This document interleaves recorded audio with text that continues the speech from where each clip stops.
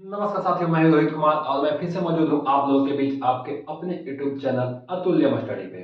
साथियों, मैं आज आपके बीच लेकर के आया हूं करंट के वो महत्वपूर्ण सवाल जो आपके पेपर में छपते हैं। 1-2 नंबर निरंतर वनडे एग्जाम में पूछे जाते हैं, जो आपके सभी प्रतियोगिता परीक्षा के ख्याल से बहुत ही महत्वपूर्ण है। तो चलिए देखते हैं और सीखते हैं, जानने का भी प्रयास करते हैं। जैसा कि देखा मैंने अब यहाँ पे लिखा है नोबेल पुरस्कार 2023। तो नोबेल पुरस्कार 2023 में जो विभिन्न 6 क्षेत्रों में दिए जाते हैं उनके नाम मैंने अंकित किए हैं इस बोर्ड पे, और उसे हम याद करेंगे और जानेंगे। इसके बाद हम थोड़ा सा इसके इतिहास में चलेंगे कि इस पुरस्कार की शुरुआत कब हुई थी, किनके माध्यम से हुई, क्या कारण रहा था। तो चलिए देखते हैं। नोबेल पुरस्कार 2023 के विजेता हैं भौतिकी, फिजिक्स।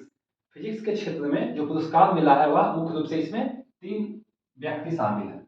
भौतिकी के क्षेत्र में जो पुरस्कार मिला है उसमें मुख्य रूप से 3 व्यक्ति शामिल हैं। उसमें से जो हमारा पहला नाम आता है वह आता है पियरे ऑगस्टिनी। पहला नाम है पियरे ऑगस्टिनी।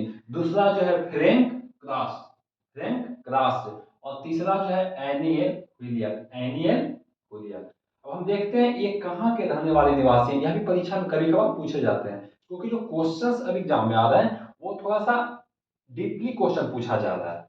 क्वेश्चन को थोड़ा गहराई में ले जाकर के एग्जामिनर पूछना चाहता है। इसलिए हम अपना जो ये जितने भी प्रकार के अपना जो सिलेबस है उसको कंप्लीट रखें और पूरी जानकारी इकट्ठा करें, तो एग्जाम में बेहतर तरीके से हम क्वेश्चन सॉल्व करेंगे। इसलिए हम इसे देखते हैं कि कहाँ के रहने वाले निवासी थे। पीरिये ऑगस्टिनी साहब जो हैं वह मुख्य रूप से ट्यूनिसिया के रहने वाले हैं। ये कहाँ के रहने वाले हैं? ट्यूनिसिया। इसके यहाँ पे अंकित कर देते हैं टी, टी फॉर ट्यूनिसिया। उसके बाद यहाँ पे हमारे कौन है? फ्रैंक क्रास जहाज साहब। फ्रैंक क्रास जहाज साहब जो हैं ये हंगरी के रहने वाले हैं। यहाँ पे हम मेंशन कर देते हैं एच, एच फॉर हंगरी। उसके बाद आता है यहाँ पे नाम एनी एल हुइलियर। एनी एल हुइलियर ये रहने वाली हैं फ्रांस की। ये फ्रांस के रहने वाले हैं। तो इस प्रकार से भौतिकी का खोज मुख्य रूप से इसमें 3 लोगों ने किया है, जिसमें पहला नाम ये पियरे, दूसरा फ्रैंक, तीसरा एनी।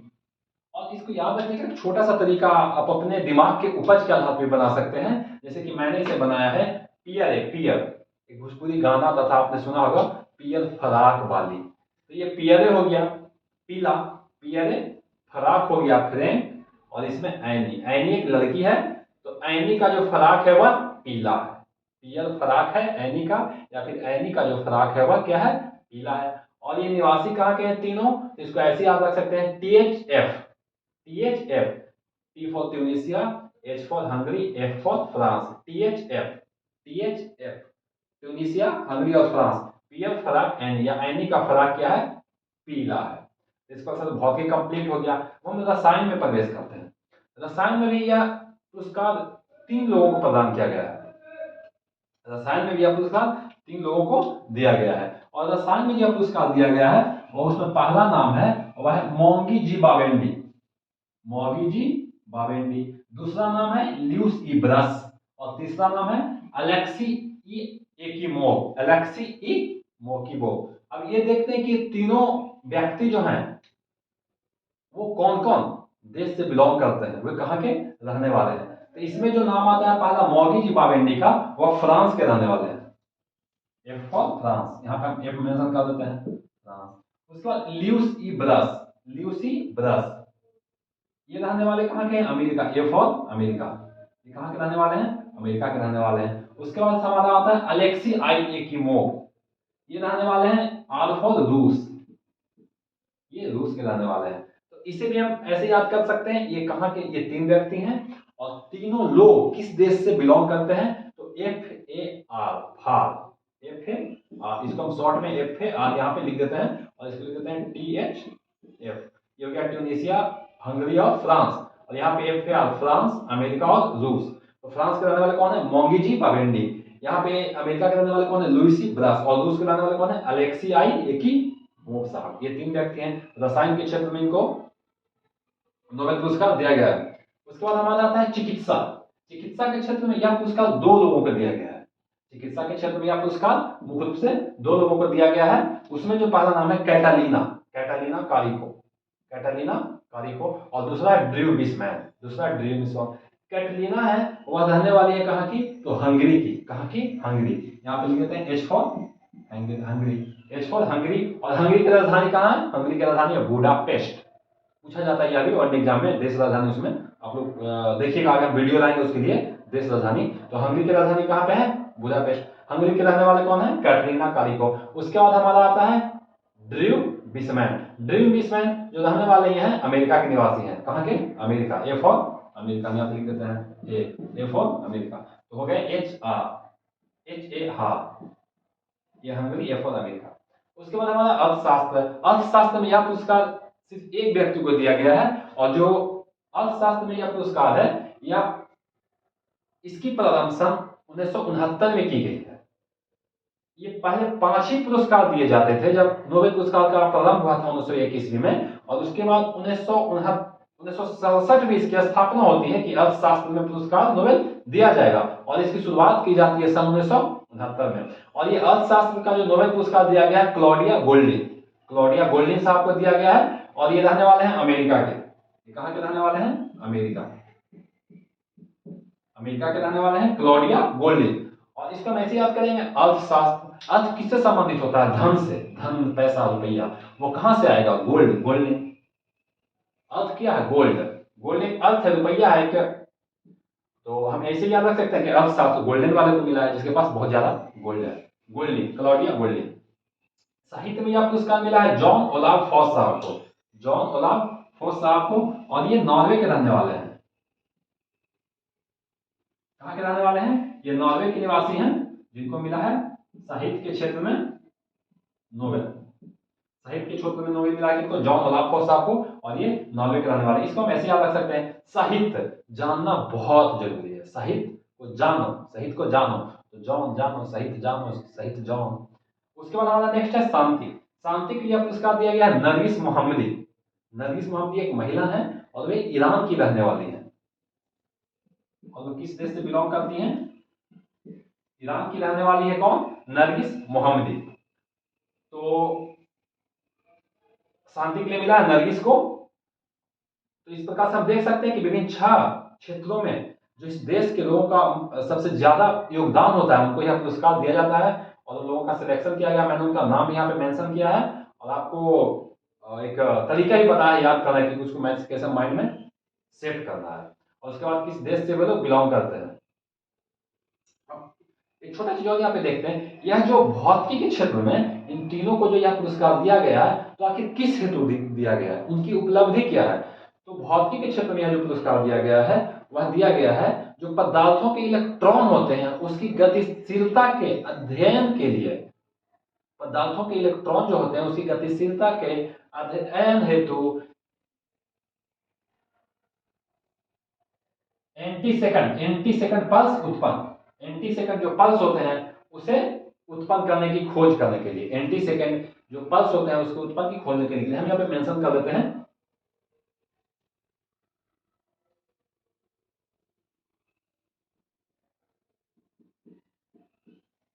Anti second pulse.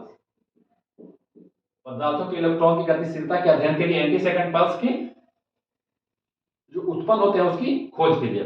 फिर हमारे यहाँ पे दूसरा है रसायन के क्षेत्र में जो पुरस्कार तुम लोग 3 व्यक्ति को दिया गया है जो फ्रांस, अमेरिका और रूस से बिलोंग करते हैं। दिया गया है क्वांटम डॉट्स की खोज के लिए। क्या दिया गया है? क्वांटम डॉट्स की खोज के लिए। उसके बाद हमारा नेक्स्ट है चिकित्सा। चिकित्सा के लिए दिया गया किसको? कैटरीना बिस्मैन। कैटरीना बोले तो कैटरीना एक हमारे देश की बहुत बड़ी पॉपुलर एक्ट्रेस है, तो कैटरीना के 20 बॉडीगार्ड हैं कैटरीना बिस्मैन, ऐसे याद रखिए। कैटरीना बिस्मैन को पुरस्कार मिला है किस क्षेत्र में? यह मिला है चिकित्सा के क्षेत्र में, और कैटरीना रहने वाली है हंगरी की, और ये बिस्मैन साहब रहने वाले हैं कहाँ के? अमेरिका के। यह चिकित्सा के क्षेत्र में जो उनको पुरस्कार मिला है वह किस हेतु मिला है? तो इन्होंने कोविड-19 का जो टीका है उसके विकास हेतु, कोविड-19 का टीका है उसके विकास हेतु चिकित्सा के क्षेत्र में कैटरीना और बिस्मैन को यह पुरस्कार मिला है। उसके बाद हमारा अर्थशास्त्र, और वो मिला किसको?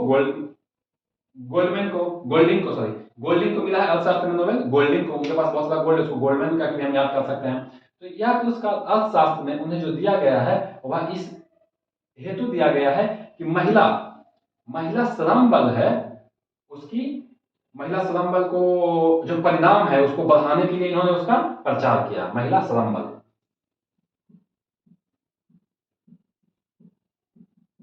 महिला श्रम बल का परिणाम बढ़ाने हेतु इसे तो प्रचार प्रसार किया है। इसे तो अर्थशास्त्र के क्षेत्र में गोल्डिंग को मिला है नोबेल पुरस्कार, जो अमेरिका के रहने वाले हैं। उसके बाद हमारा नेक्स्ट है साहित्य। साहित्य में यह पुरस्कार दिया गया था, मैंने बताया था, Jon Olav Fosse. Jon Olav Fosse, साहित्य को जानो, साहित्य जॉन, साहित्य को जानो, साहित्य जॉन, ये नॉर्वे के रहने वाले हैं। और इन्हें जो यह पुरस्कार मिला हुआ इस हेतु मिला है, इनकी उपलब्धि क्या रही है, गद्य और नाटक। गद्य और नाटक में अनकही कहे जाने वाली बातों के लिए, अनकही बातों को कहे जाने के लिए,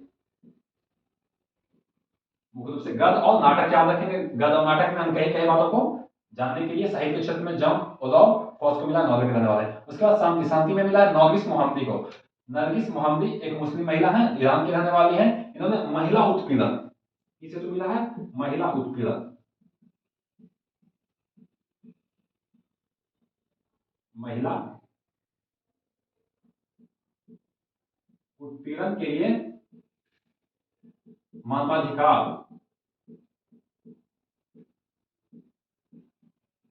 मानवाधिकार की लड़ाई लड़ी है। लड़ाई या स्वतंत्रता कह सकते हैं, स्वतंत्रता के लिए आवाज उठाया है।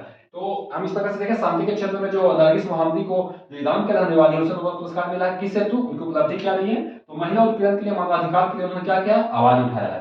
तो हम मुख्य रूप से ये सारी चीजें याद रखेंगे, परीक्षा में पूछे जा सकते हैं। क्वेश्चन बहुत तरीके से पूछे जा सकते हैं, जैसे ये भी पूछेगा भौतिकी के क्षेत्र में जो पुरस्कार मिला है तो किसकी खोज के लिए, आखिर ऐसे कौन से, मतलब उनकी उपलब्धि क्या है, तो हम उपलब्धि यहाँ पे बताएंगे। एंटी सेकंड पल्स, पदार्थों के जो इलेक्ट्रॉन है उसकी गतिशीलता के अध्ययन के लिए जो एंटी सेकंड पल्स है उसको उत्पन्न करने के लिए, खोज करने के लिए।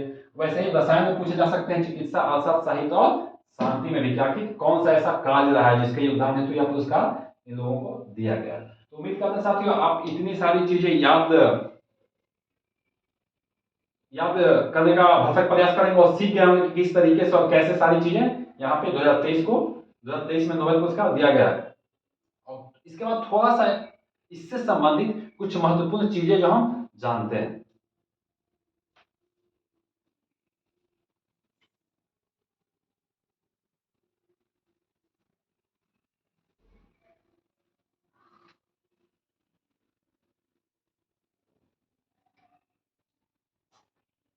सबसे पहले देखते हैं कि इसकी शुरुआत होती है सन 1901 में। इस पुरस्कार की जो शुरुआत है सबसे पहले होती है 1901 ईस्वी में। स्वीडन के एक व्यक्ति थे, उनका नाम था अल्फ्रेड नोबेल। अल्फ्रेड नोबेल साहब, वे स्वीडिश के रहने वाले थे। उनका जन्म होता है सन 1833 में। उनका जन्म कब होता है, सन 1833 में। यहाँ पे मैं लिख देता हूं, जन्म होता है 1833 में। ये एक मैकेनिकल इंजीनियर थे पेशे से। क्या थे, मैकेनिकल इंजीनियर।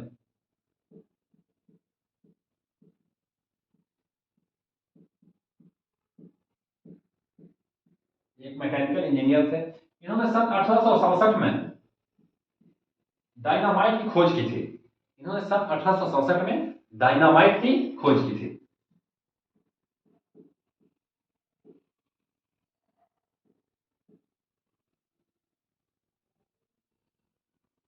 इन्होंने 1867 में डायनामाइट की खोज की थी। उसके बाद इनकी मृत्यु हो जाती है सन 1896 में।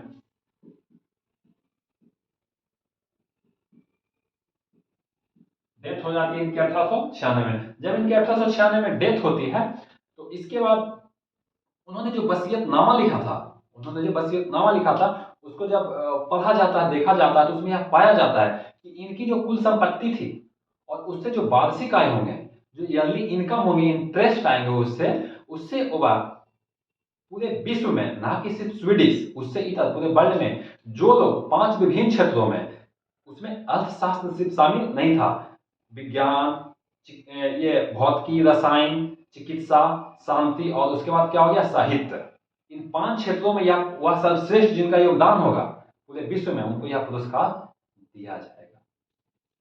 इसीलिए इस पुरस्कार का जो नाम रखा गया है नोबेल, इनके नाम पे, अल्फ्रेड नोबेल साहब के नाम पे ही इसका नाम यहाँ पे रखा गया है नोबेल पुरस्कार, जो सन 1901 से इसकी शुरुआत होती है और विभिन्न 5 क्षेत्रों में यह पुरस्कार दिए जाते हैं। उसके बाद आता है 1867 में, सॉरी 1967 में यह इसकी स्थापना की जाती है कि अब यह पुरस्कार विभिन्न 6 क्षेत्रों में दिया जाएगा। तो छठा जो जोड़ा जाता है वह अर्थशास्त्र। 1967 में यह फैसला लिया जाता है कि अर्थशास्त्र में जो बेहतर काम करेंगे उनके योगदान होती है, पुरस्कार प्रदान किया जाएगा। और इसकी शुरुआत कब होती है, स्थापना होती है, और इसकी शुरुआत होती है 1969 में, 1969 में यह पुरस्कार सर्वप्रथम दिया जाता है अर्थशास्त्र के लिए। तो इस प्रकार से वर्तमान में भी 6 विभिन्न क्षेत्रों में यह पुरस्कार प्रदान किए जाते हैं। और इसके बाद हम देखते हैं भारत के संदर्भ में। भारत के संदर्भ में जो नोबेल रहा है, सबसे पहला नोबेल भारत में किसी व्यक्ति को मिला, तो उनका नाम था रविन्द्रनाथ टैगोर। रविन्द्रनाथ टैगोर को सन 1913 में